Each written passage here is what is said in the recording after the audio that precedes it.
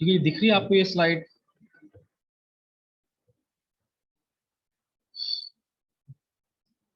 Class की slide ये हुई, स्टमक की स्लाइड दिख रही है ना आप लोगों को?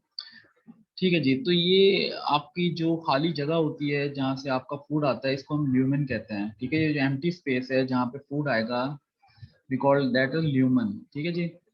अब ये जो ल्यूमन है, ल्यूमन, ये ल्यूमन है, इस ल्यूमन के जो डायरेक्ट कांटेक्ट में जो फर्स्ट लेयर आएगी वो इनर मोस्ट लेयर है, और इसके बाद जो लेयर्स आपकी बाहर जाती रहेंगी वो आउटर मोस्ट लेयर है। तो ये जो आउटर मोस्ट लेयर है जो कि स्टमक को कवर कर रही है, ये आउटर मोस्ट लेयर मैं इसको कहूंगा। और जो इनर मोस्ट लेयर है जो कि ल्यूमन के साथ डायरेक्ट कांटेक्ट में हो, वो इनर मोस्ट लेयर है।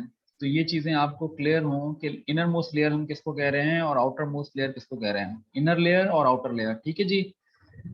इनर लेयर आपने ल्यूमन के साथ जो डायरेक्ट कांटेक्ट में, फॉर एग्जांपल ये इंटेस्टाइन है, ये आपकी ये खाली जगह है, ये आपकी ल्यूमन है। इस ल्यूमन के साथ जो डायरेक्ट कांटेक्ट में होगी वो इनर मोस्ट लेयर है, और जो सबसे आउटर मोस्ट लेयर है वो इसकी कवरिंग होगी। ये चीज आपको क्लियर होनी चाहिए। अक्सर औकात स्टूडेंट इसी में कंफ्यूज रहता है, इनर मोस्ट लेयर किसको कह रहे हैं, आउटर मोस्ट लेयर किसको कह रहे हैं। ठीक है, ये क्लियर है ना आपको बात? ये इसको मजीद आगे डायग्राम से ये देखें। ये फॉर एग्जांपल ये ल्यूमन है, एम्प्टी स्पेस है आपका, और जीआईटी की पूरी बात कर रहा हूँ जहाँ पे आप फूड आता है आपका। और इसके जो है ये इनर मोस्ट लेयर है, और इस तरीके के साथ ये सारी आपकी आउटर मोस्ट लेयर है। ठीक है बेटे, ये बात क्लियर है ना? ये क्लियर रहेगी आपको? अगर किसी को कंफ्यूजन है तो प्लीज अभी पूछ ले, क्योंकि बाद में फिर। जी रफीक, आपको कोई सवाल है?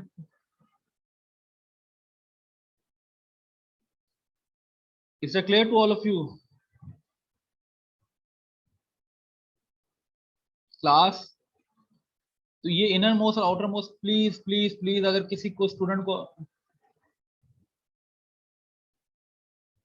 भाई देखें,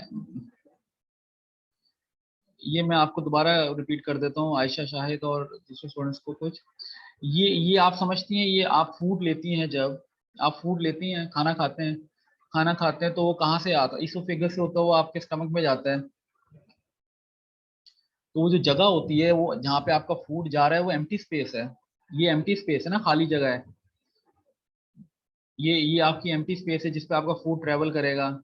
तो इसके ये जो फूड ट्रेवल कर रहा है, इसकी जो इनर मोस्ट लेयर होती है जिसके साथ फूड आपका डायरेक्ट कांटेक्ट में आ रहा है, वो इनर मोस्ट लेयर कहलाती है। और आउटर मोस्ट लेयर वो होती है जो कि आपकी जो ऑर्गन है उसको कवर कर रही है। यानी कि इनर मोस्ट लेयर जो कि फूड के साथ डायरेक्ट कांटेक्ट में आ रही है, और आउटर मोस्ट लेयर जो कि बाहर की तरफ जा रहे हैं, यानी अंदर से बाहर की तरफ की बात करेंगे तो इनर मोस्ट और आउटर मोस्ट। ठीक है जी। तो इनर मोस्ट अंदर से बाहर, बाहर से अंदर नहीं, अंदर से बाहर। ठीक है, तो ये अंदर से बाहर हम बात करेंगे अब लेयर्स के हवाले से, कि अंदर जो है, अंदर कौन सी लेयर आती है पहले, फिर सेकंड लेयर कौन सी आती है, फिर थर्ड, फिर फोर्थ। ठीक है जी, क्लियर है ना इस तरीके से? तो ये ल्यूमेन है, ये इनर मोस्ट लेयर है, और ये आउटर मोस्ट लेयर हो गई। तो इनर मोस्ट लेयर जो है, याद रखें अब, याद रखें ये चीजें आपने बहुत बार पढ़ी होंगी, कि इनर मोस्ट लेयर से अगर आउटर मोस्ट लेयर की तरफ जाएं तो सबसे पहले म्यूकोसा आता है। सबसे पहले म्यूकोसा आता है, फिर आपका दूसरी जो लेयर आती है सब म्यूकोसा आता है, फिर आपकी जो थर्ड लेयर आती है वो आपकी कहलाती है मस्कुलरिस प्रोप्रिया या मस्कुलरिस एक्सटर्ना।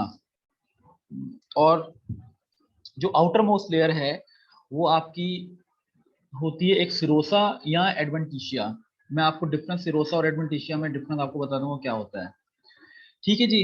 तो इनर मोस्ट लेयर सबसे होती है वो म्यूकोसा की लेयर होती है, फिर सेकंड होती है सब म्यूकोसा, फिर आपकी मस्कुलरिस प्रोप्रिया या मस्कुलरिस एक्सटर्ना, और फिर आपकी आउटर मोस्ट लेयर जो है वो एडवेंटिशिया या सिरोसा, जो कि ऑर्गन को जो कवर कर रही होती है। ये अभी हम सिर्फ जीआईटी की लेयर्स की पूरी बात कर रहे हैं। ये तमाम जो आपकी जीआईटी है, इसोफेगस से लेके आपकी कोलोन तक, ये तमाम की तमाम इन लेयर से मिलके बनती है। ठीक है जी, क्लियर है बात यहाँ तक आप लोगों को क्लास?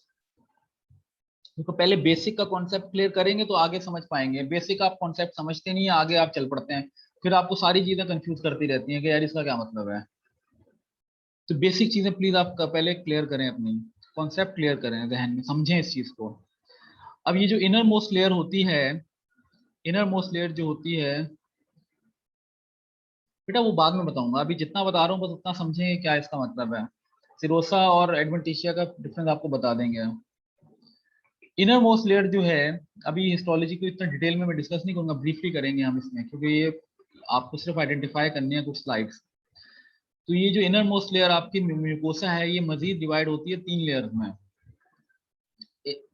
ये जो म्यूकोसा है ये मजीद 3 लेयर्स में डिवाइड होती है। जो सबसे इनर मोस्ट लेयर होती है वो आपकी एपिथेलियम होती है, यानी कि एपिथेलियम डायरेक्ट कांटेक्ट में होती है फूड से। इसके बाद जो सेकंड लेयर है, जो आपकी म्यूकोसा की सेकंड लेयर होती है, वो आपकी लेमिना प्रोप्रिया कहलाती है। लेमिना प्रोप्रिया एक तरह की कनेक्टिव टिश्यू लेयर होती है, कनेक्टिव टिश्यू लेयर। और जो थर्ड लेयर है म्यूकोसा की, वो आपकी कहलाती है मस्कुलरिस म्यूकोसा। ये मसल्स की लेयर होती है, बहुत थिन होती है ये। ठीक है जी। तो म्यूकोसा जो इनर मोस्ट लेयर थी, मजीद 3 लेयर्स में डिवाइड होती है। एक होती है आपकी एपिथेलियम जो कि इनर मोस्ट है, फिर सेकंड है आपकी लेमिना प्रोप्रिया, और फिर है आपकी थर्ड मस्कुलरिस म्यूकोसा। ठीक है जी, क्लियर है यहाँ तक? आगे हम चलें तो फिर आपकी म्यूकोसा के बाद जो लेयर आती है, अगर हम आउटर की तरफ जाएं तो उस लेयर को बोलते हैं हम सब म्यूकोसा लेयर। सब म्यूकोसा की जो लेयर होती है वो आपकी कनेक्टिव टिश्यू की लेयर होती है। कनेक्टिव टिश्यू हम पढ़ चुके हैं पीछे के कनेक्टिव टिश्यू। कनेक्टिव टिश्यू का क्या मकसद होता है? कनेक्टिव टिश्यू के बहुत सारे फंक्शन हैं, जिसमें से एक फंक्शन हमने डिस्कस किया था कि कनेक्टिव टिश्यू अटैचमेंट में हेल्प करता है डिफरेंट ऑर्गन्स की या डिफरेंट लेयर्स की आपस में। इसमें आप देख सकते हैं कि ये सब म्यूकोसा एक कनेक्टिव टिश्यू की लेयर है, जिसमें आपको पता है कि सेल्स भी कुछ होंगे और उसके साथ एक्स्ट्रा सेलुलर मैट्रिक्स भी होगा। याद है, भूल गए?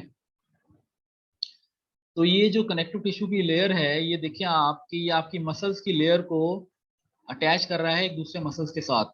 ये सब म्यूकोसा देखें कर रहा है, अटैच कर रहा है।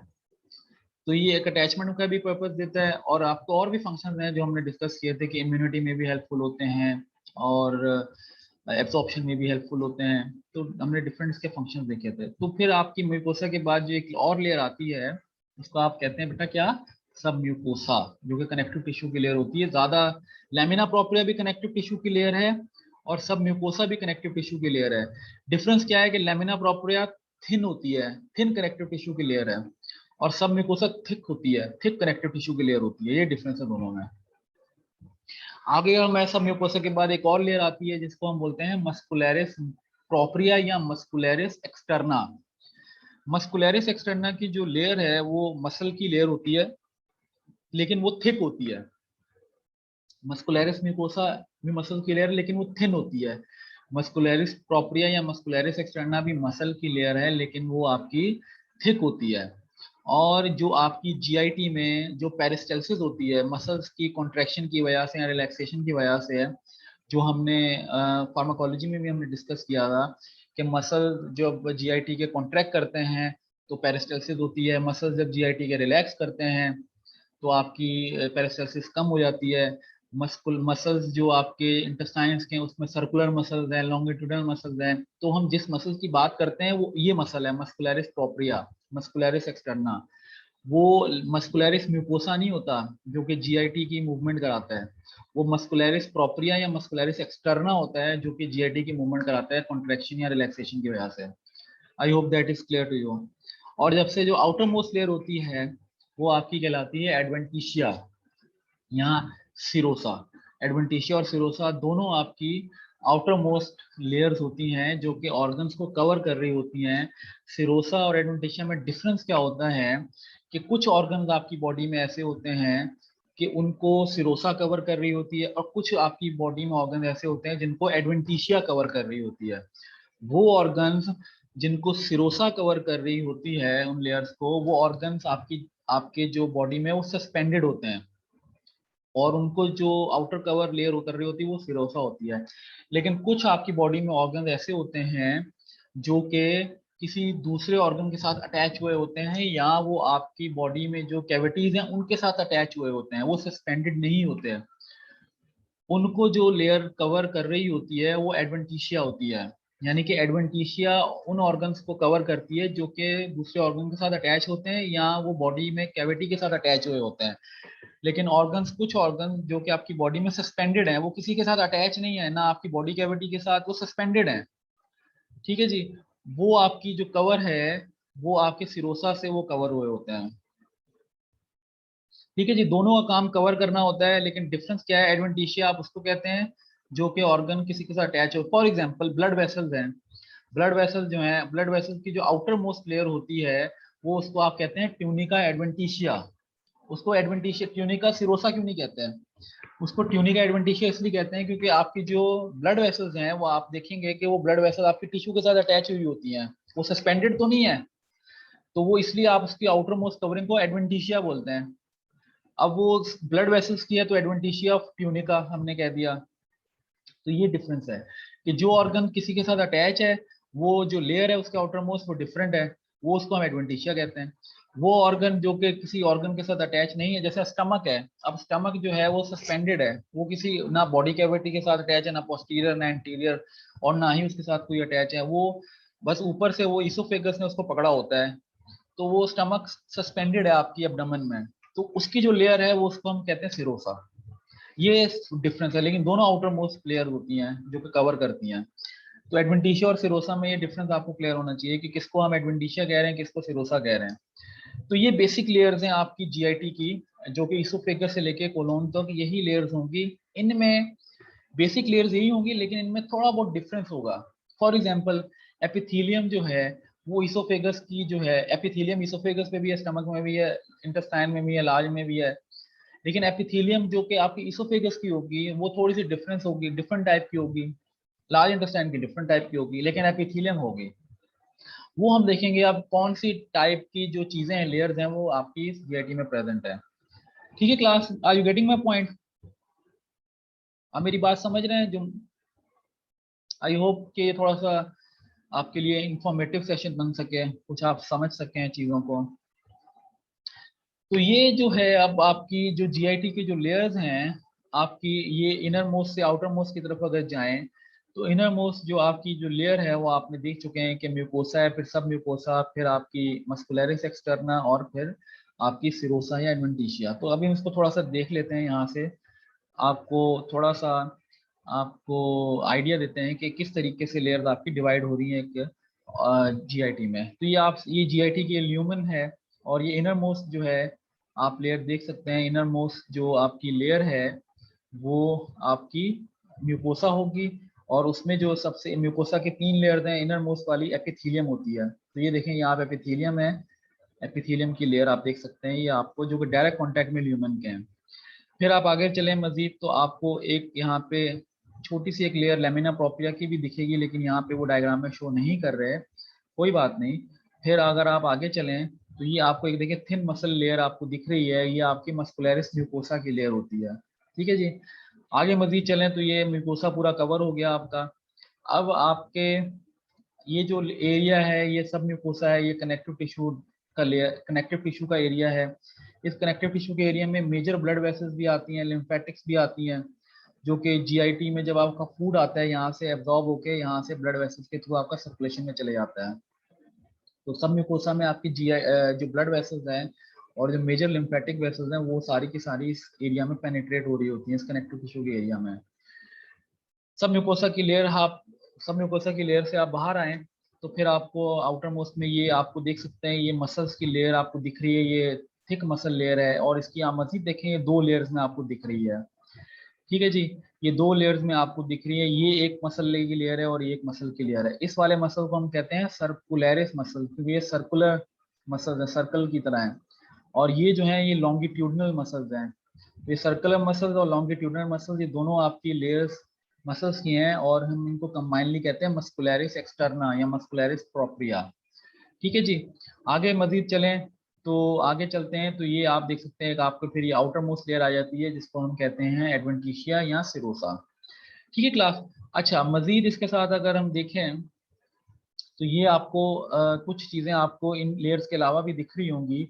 ये आप देख सकते हैं, ये एक आपके ये नेचर ने अब जीआईटी जो है वो जब आपकी डायरेक्ट कांटेक्ट में आती है फूड से, आपको चाहिए अगर फूड लेते हैं तो फूड जो लेते हैं वो डायरेक्ट आपका एटमॉस्फेयर के साथ कांटेक्ट में होता है, तो आप इतना कुछ खाते हैं, अजीब अजीब सा भी खा रहे होते हैं, गंदा पानी भी पीते हैं, बाहर का खाना भी खाते हैं वो भी गंदा होता है। तो इतना जब हम गंदी चीजें खा रहे हैं, डर्टी चीजें भी खा लेते हैं कभी कभार, तो नेचर ने अब हमारी जो सर्कुलेशन है इसको प्रिवेंट करने के लिए इतना अच्छा प्रोटेक्टिव मैकेनिज्म दिया है कि जो आप फूड लेते हैं तो आप गंदा फूड खाने के बाद भी आप माशाल्लाह सेहतमंद रहते हैं।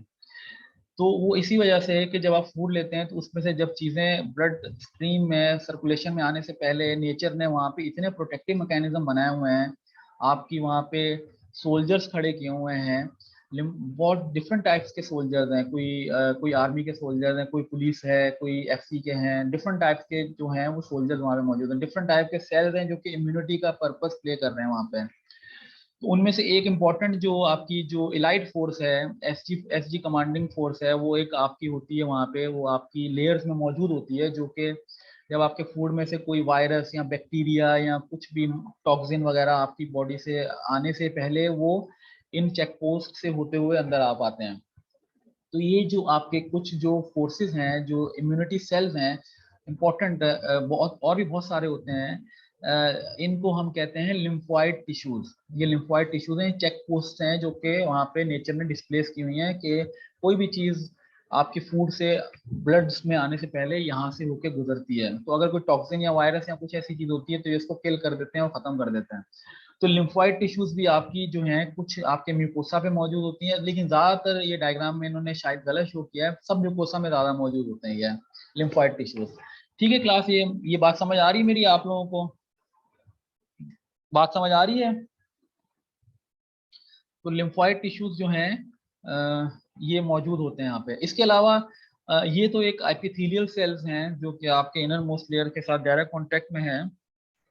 लेकिन इनके अलावा भी जो है आपकी, जब आप फूड लेते हैं, खाते हैं माशाल्लाह, आप चिकन भी खा रहे हैं, आप बीफ भी खा रहे हैं, आप माशाल्लाह खाते रहते हैं हर वक्त। तो वो खाने से अब आप उसको डाइजेशन भी करनी है, डाइजेस्ट भी होना है वो। अब इतना सारा जब खाएंगे तो डाइजेस्ट भी तो नेचर ने वहाँ पे कुछ लेयर्स में कुछ ऐसे आपके ग्लैंड्स होनी चाहिए जो कि इतने सारे जूसेस सिक्रीट करें, इतना सारे एसिड सिक्रीट करें, इतने सारे डाइजेस्टिव एंजाइम सिक्रीट करने पड़ेंगे उसको डाइजेस्ट करने के लिए, वो डाइजेस्ट होकर ही सर्कुलेशन में आएंगे। तो इसलिए नेचर ने वहाँ पे ग्लैंड्स भी दी हैं बहुत सारी आपकी जीआईटी की लेयर्स में। तो जो ग्लैंड्स हैं वो आपकी पूरी जीआईटी में होती हैं।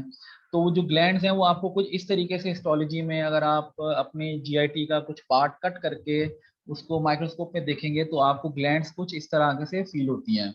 वो इस तरीके से होती हैं, वो भी आपकी ग्लैंड्स, कुछ ग्लैंड्स आपकी जो है वो म्यूकोसा के लेवल्स पे मौजूद होती हैं, कुछ ग्लैंड्स जो है वो जीआईटी की आपकी सब म्यूकोसा के लेवल पे मौजूद होती हैं। आप मेरी बात समझ रहे हैं? यानी कि ये ग्लैंड्स कुछ हैं, ये ग्लैंड कुछ म्यूकोसा पे होंगी और कुछ ग्लैंड आपकी सब म्यूकोसा पे होंगी। ठीक है, वो ग्लैंड जो कि म्यूकोसा पे होती हैं उसको आप कहते हैं म्यूकोसल ग्लैंड्स, और कुछ ग्लैंड्स जो कि सब म्यूकोसा में होती हैं आप उनको कहते हैं सब म्यूकोसल ग्लैंड। मुश्किल है समझना? इनका काम क्या है? आपके जो फूड है, चिकन है, बीफ है, मछली है, बीन्स हैं, उनको सबको डाइजेस्ट करना है। ठीक है जी। तो ये थोड़ा सा इंपॉर्टेंट इम्यूनिटी और डाइजेस्टिव एंजाइम्स के बारे में आपको थोड़ा सा बताना चाह रहा था। ये बेसिक लेयर्स हैं, आगे चलें, ब्रीफली हम डिस्कस कर रहे हैं प्लीज।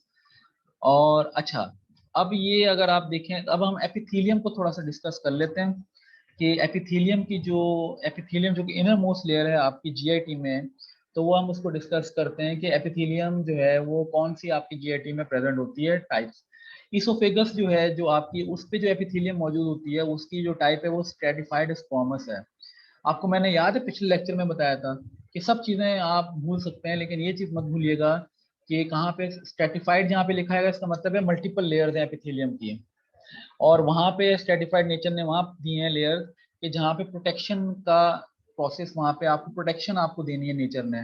जैसे ईसोफेगस में जब आप कुछ चीज़ लेते हैं तो आप पापड़ भी खाते हैं, कभी आप सख्त चीज़ें भी खाते हैं, कभी आप नरम चीज़ें भी खाते हैं, सख्त चीज़ें भी खाते हैं। तो वो जब आप लेते हैं तो आपकी ईसोफेगस से जब आपकी गुजरती हैं तो ईसोफेगस जो है वो डैमेज भी हो सकती है वो सख्त चीज़ें खाने की वजह से।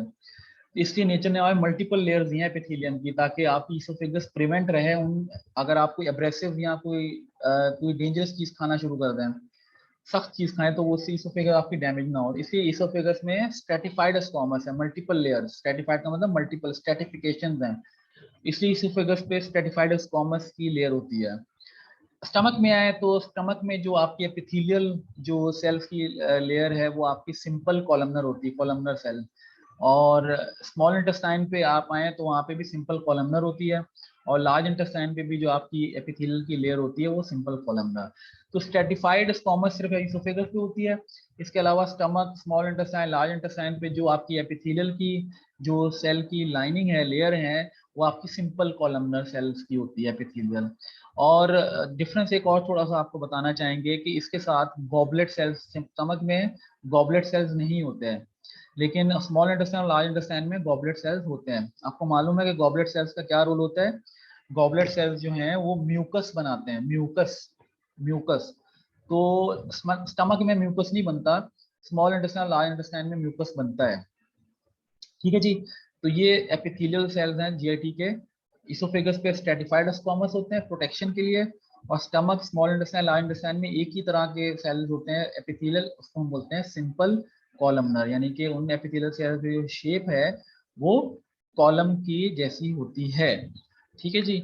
और ये भी अगर आप देखें, मैं आपको अगर दिखाऊं तो ये एक ह्यूमन है जीआईटी की, और ये अगर आप देखें, अगर आप इसको और जूम करेंगे तो बेहतर तरीके से आप देख पाएंगे। ये इनके अंदर जो ये जो ब्लू डार्क कलर के जो आपको सेल्स दिख रहे हैं, ये आपके एपिथेलियल सेल्स कहलाते हैं।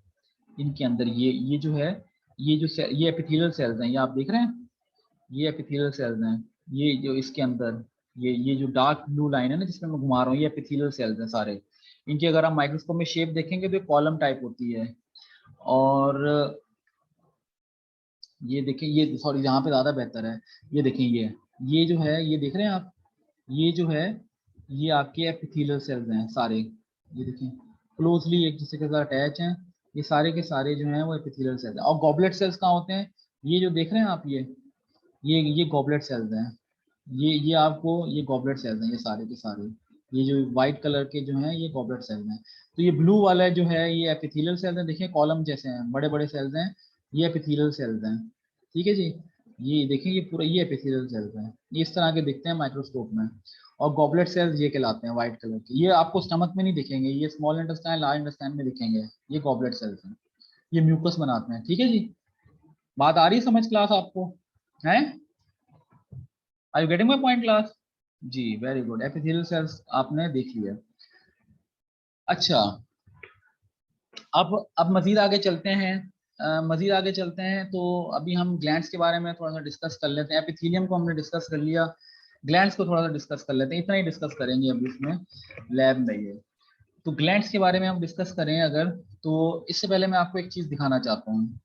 ये देखें, ये आपको समझना जरूरी है कि इवेजिनेशन और इनवेजिनेशन का डिफरेंस आपको पता होना चाहिए। अगर मैं आपसे मैं कहूँ इनवेजिनेशन, इसका मतलब क्या होगा कि एक चीज जो है वो अंदर जा रही है, ऐसे एक सिंपल लेयर थी सेल्स की और वो अंदर ऐसे गई और फिर बाहर ऊपर आ गई, तो ये इनवेजिनेशन है। और इवेजिनेशन क्या होगी? इवेजिनेशन, इसमें आई एन है, इनवेजिनेशन, और ये इवेजिनेशन है। इवेजिनेशन का मतलब क्या होगा कि एक सेल की लेयर जा रही है और ये ऊपर उठ गई। ठीक है जी। तो इसको हम कहेंगे इवेजिनेशन, और कोई अंदर जाएगी तो इनवेजिनेशन। इवेजिनेशन, इनवेजिनेशन अब आपको समझ आ जाना चाहिए। ठीक है जी, आगे हम चलें। तो जो ग्लैंड्स हैं, अब ग्लैंड्स जो हैं वो आपकी, आपको मालूम है, आपको बताया मैंने, आप इतना चिकन खाते हैं, इतना बीफ खाते हैं, तो वो डाइजेस्ट करने के लिए ग्लैंड्स नेचर ने स्टमक की जीआईटी की लेयर्स में दी हुई हैं। अच्छा, कुछ ग्लैंड्स जो हैं वो जीआईटी में म्यूकोसा के लेवल पे होती हैं, कुछ ग्लैंड्स जो हैं वो जीआईटी पे सब म्यूकोसा के लेवल पे होती हैं। ठीक है जी। अभी मैं सबसे पहले बात करूंगा आपको वो ग्लैंड्स जो कि म्यूकोसा के लेवल पे होती हैं। ठीक है जी। यहाँ आप कहें कि glands extending up to the lamina propria, यानी कि लेमिना प्रोप्रिया भी म्यूकोसा का एक लेयर है ना। म्यूकोसा के 3 लेयर होते हैं, एपिथेलियम, लेमिना प्रोप्रिया और मस्कुलरिस म्यूकोसा। तो कुछ ग्लैंड्स जो कि आपकी म्यूकोसा के अंदर हैं, वो अब हम ग्लैंड्स को डिस्कस करते हैं कि वो, तो ब्रीफली डिस्कस करते हैं कि वो ग्लैंड्स जो कि कौन कौन सी ग्लैंड्स हैं जो कि म्यूकोसा के लेवल पे मौजूद होती हैं जीआईटी में।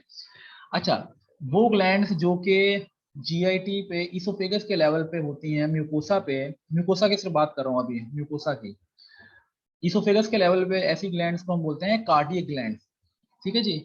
इसोफेगस के लेवल पे जो म्यूकोसल ग्लैंड्स होती हैं उनको कहते हैं कार्डियक ग्लैंड्स। म्यूकोसल ग्लैंड्स जो कि स्टमक पे होती हैं उसको हम बोलते हैं गैस्ट्रिक ग्लैंड्स, यानी कि गैस्ट्रिक ग्लैंड्स म्यूकोसा तक होती हैं।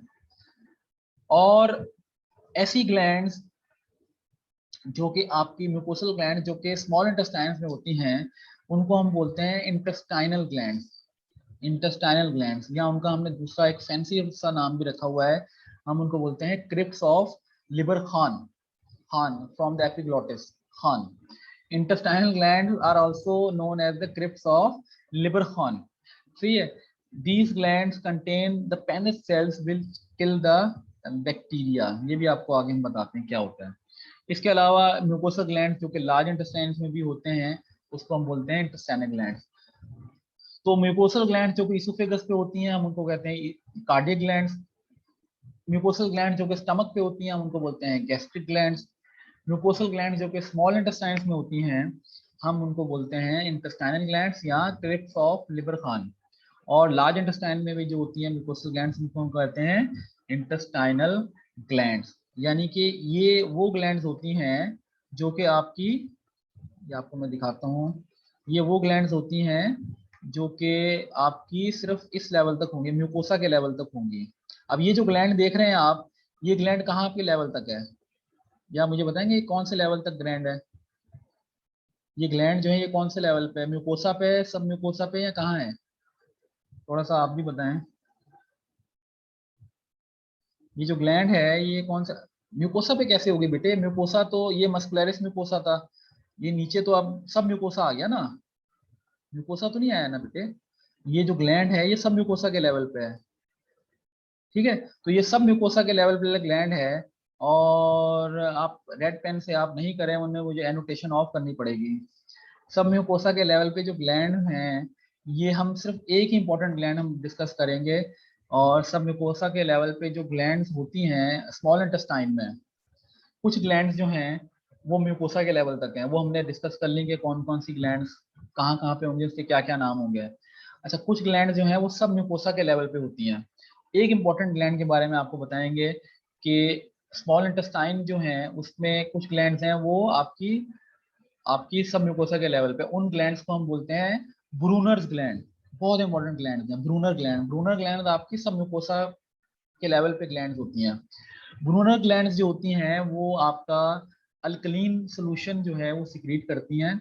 और वो अल्कलीन सोल्यूशन जो है जब आप फूड लेते हैं तो वो स्टमक में आता है, स्टमक में आके फिर HCl जो है वो एसिड रिलीज होता है ताकि वो उसको डाइजेस्ट करे। अब इतना सारा चिकन खाया उसको डाइजेस्ट भी तो करना है, इतनी इतनी बोटियां मोटी खाते हैं, तो उसको डाइजेस्ट करने के लिए बिल्कुल उसको पानी बनाने के लिए नेचर ने HCl सिक्रीट करते हैं। तो वो बिल्कुल आपका ना HCl कितना स्ट्रॉन्ग एसिड होता है, तो जब एसिड आपका पता है स्ट्रॉन्ग एसिडिक होता है HCl, तो जब HCl आपका स्टमक रिलीज करता है तो वो स्टमक जो है वो तो उसकी स्टमक को नेचर ने ऐसा बनाया है कि वो HCl जो कि रिलीज होता है स्टमक से वो उसको जो है वो बर्दाश्त कर लेता है, उसको जो है उससे उसकी लेयर जो है वो डैमेज नहीं होती। लेकिन जब आपका वो फूड जिसके अंदर वो एसिड चूंकि मौजूद है, अब HCl जो रिलीज हुआ था वो जब इंटेस्टाइन में आएगा तो इंटेस्टाइन जो है वो आपकी डेलिकेट होती है as compare to the stomach. तो वो इंटेस्टाइन उस एसिड के साथ आपकी अगर कांटेक्ट में आएंगी तो वो आपकी स्मॉल इंटेस्टाइन या लार्ज इंटेस्टाइन आपकी डैमेज होना शुरू हो जाएंगी। तो नेचर ने इस चीज को क्या किया है, वहाँ पे ब्रूनर्स ग्लैंड वहाँ पे स्मॉल इंटेस्टाइन पे आपकी प्लेस कर दी कि जब आपका एसिडिक फूड कंटेंट जब आपका स्टमक में आने से पहले आपकी स्मॉल इंटेस्टाइन ब्रूनर ग्लैंड वहाँ में मौजूद है, वो अल्कलीन सोल्यूशन सिक्रीट करती हैं, वो एसिड को न्यूट्रलाइज कर देती हैं और आपके इंटेस्टाइन जो है वो आपकी उस एसिड से बची रहती हैं। तो ये आपका रीजन है वहाँ पे ब्रूनर्स ग्लैंड होने का, इसलिए बड़ी इंपॉर्टेंट ग्लैंड्स हैं। क्योंकि अगर ये ब्रूनर ग्लैंड आपकी डैमेज हो जाए, डिस्ट्रॉय हो जाए, तो आपका फिर आपकी इंटेस्टाइन्स भी डैमेज होना शुरू हो जाती हैं। क्योंकि आपकी एसिड कांटेक्ट डायरेक्ट इंटेस्टाइन से आता है तो आपकी इंटेस्टाइन डैमेज होती हैं। सर ये एसिड चीजों को बाहर करता है ब्रूनर ग्लैंड? नहीं, एसिड चीजों को बाहर नहीं करता, न्यूट्रलाइज करता है। एसिड होता है उसमें तो alkaline acid plus base, alkaline base होता है एक तरह से, बेसिक होता है। तो एसिड प्लस बेस न्यूट्रलाइज हो जाएगा ना, न्यूट्रलाइजेशन रिएक्शन। बाहर मैं समझा नहीं, बाहर फेंकता नहीं है, सिक्रीट करता है, जिससे एसिड और एसिड जो है वो न्यूट्रलाइज हो जाता है बेसिक के साथ। Getting my point class? बात समझ आ रही है आप लोगों को? हम्म, क्लास बात समझ आ रही है? ठीक है जी, वेरी गुड वेरी गुड। तो ये ग्लैंड्स जो थी वो म्यूकोसल ग्लैंड्स और सब म्यूकोसल ग्लैंड, सब म्यूकोसल में हमने ब्रूनस ग्लैंड को डिस्कस किया है। और ये जो ग्लैंड्स हैं म्यूकोसल ग्लैंड्स, उसमें हमने क्रिप्स ऑफ एक ये जो डिफरेंट नेम्स थे ये हमने डिस्कस किया। अच्छा, अब आप देखें, अब यहाँ पे इन्वेजिनेशन और इवेजिनेशन का आपको डिफरेंस आएगा। याद है invagination, invagination, evagination, evagination up, invagination downward. ठीक है जी। अब ये जो कुछ लेयर्स हैं आपकी, जब जीआईटी की जो लेयर होती हैं, अब आपकी जीआईटी की लेयर एक चल रही है और वो ऊपर उठ गई और फिर नीचे आ गई, तो ये इवेजिनेशन हुई। आपकी जीआईटी की लेयर जो है वो गई और नीचे गई और ऊपर आ गई, ये इन्वेजिनेशन है। ये लेयर जीआईटी की समझ लें, ये नॉर्मल लेयर थी जीआईटी की। अब आप ये देखें फॉर एग्जांपल, अब आप ये देखें, चलें एक फॉर एग्जांपल आपको समझाने के लिए,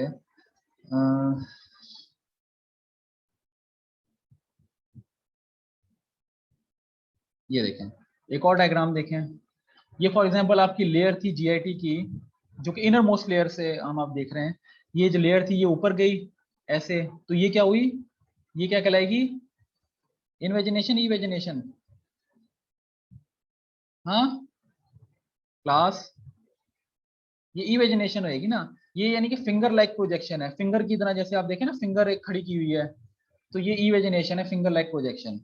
अच्छा, कुछ जो हैं, ये देखिए, ये जो जीआईटी की लेयर आई और ये अंदर चली गई, ये क्या कहलाएगी, ये क्या कहलाएगी, ये इन्वेजिनेशन कहलाएगी। ठीक है जी। अब आपको मैंने जो बताया है कि अच्छा म्यूको ग्लैंड्स जो होती है ना, ग्लैंड्स जो होती हैं वो इन्वेजिनेशन शो करती हैं, ग्लैंड्स जो हैं वो इन्वेजिनेशन शो करती हैं। अच्छा, कुछ ग्लैंड्स जो कि म्यूकोसा के लेवल तक सिर्फ रहती हैं, वो आपको उसको म्यूकोसल ग्लैंड कहते हैं। कुछ ग्लैंड्स मैंने आपको बताया कि जो सब म्यूकोसा के लेवल पे जाके आती हैं, वो सब म्यूकोसा के लेवल पे ऐसी आपकी ग्लैंड्स होंगी, सब म्यूकोसा के लेवल तक होंगी वो, ये सब म्यूकोसा के लेवल तक होंगी, यानी कि सब म्यूकोसा तक गई होंगी नीचे। ठीक है जी, इन्वेजिनेशन से। ये इन्वेजिनेशन अगर म्यूकोसा तक है तो वो आपकी म्यूकोसल ग्लैंड्स हैं। ये इन्वेजिनेशन अगर सब म्यूकोसा तक और नीचे चलेगी तो उसको आप बोलते हैं सब mucosal gland. Getting my point? Invagination inner side चलेगी ना बेटे, इनर साइड अंदर चली गई। और ये जो फिंगर लाइक प्रोजेक्शन है जो कि इवेजिनेशन है, ऊपर जा रही है, ये जो ऊपर जा रही है इसको हम बोलते हैं, इसको हम बोलते हैं विलाय, विलाय, विलाय। ये जो है ये म्यूकोसा, म्यूकोसा के लेवल तक, सिर्फ म्यूकोसा की जो लेयर्स हैं वो सिर्फ ऊपर जाती हैं, उसको हम बोलते हैं विलाय, यानी कि finger like projection are the villi. और जो इनर इनर अंदर जा रही हैं वो आपकी कहलाती हैं, वो आपकी जो है वो इनवेजिनेशन है और वो ग्लैंड्स कहलाती हैं। और ग्लैंड, क्रिप्स क्यों लिखा हुआ है इसको, क्रिप्स आपको बताया है ना कि अगर ये स्मॉल इंटेस्टाइन पे होंगी, अगर ये ग्लैंड स्मॉल इंटेस्टाइन पे, तो आप उसको बोलते हैं क्रिप्स, क्रिप्स ग्लैंड्स को ही कहते हैं। आप उससे परेशान नहीं होगा वर्ड को, क्रिप्स का मतलब ग्लैंड्स है। यानी कि जीआईटी के ऊपर हिस्टोलॉजी में ग्लैंड्स आपको इस तरीके से अंदर दिखती हैं, अंदर जाती हुए, और जो विलाय हैं वो ऊपर जाते हैं। ये हिस्टोलॉजी में इस तरीके से देखा जाता है। तो ये है विलाय। और ये ये जो ये जो लेयर्स हैं, ये जो सेल्स हैं, ये आपकी एपिथेलियल सेल्स हैं। अब ये एपिथेलियल सेल्स हैं, ठीक है जी। ये हमने आपको जो दिखाया था ना, ये देख रहे हैं, ये एपिथेलियल सेल्स हैं। ठीक है, इन एपिथेलियल सेल्स के ऊपर ऐसे ब्रश बॉर्डर भी एक होती हैं, मजीद ब्रश बॉर्डर, ऐसी लाइक थिन ब्रश बॉर्डर्स होते हैं ये, इनको हम बोलते हैं माइक्रोविलाय। तो ये डिफरेंस याद रखिएगा कि माइक्रोविलाय और विलाय में डिफरेंस क्या होता है। विलाय जो होते हैं वो आपकी इवेजिनेशन होती हैं जो कि म्यूकोसा से आती हैं, म्यूकोसा से ऊपर उठती हैं, फिंगर लाइक। और माइक्रोविलाय क्या होती हैं कि जो एपिथेलियल सेल्स के जो ऊपर होती हैं ब्रश बॉर्डर लाइक, इसको आप बोलते हैं माइक्रोविलाय। तो ये आपकी जो है सरफेस एरिया बढ़ाते हैं, ये विलाय और माइक्रोविलाय दोनों आपके सरफेस एरिया बढ़ाते हैं। ठीक है, मैं आप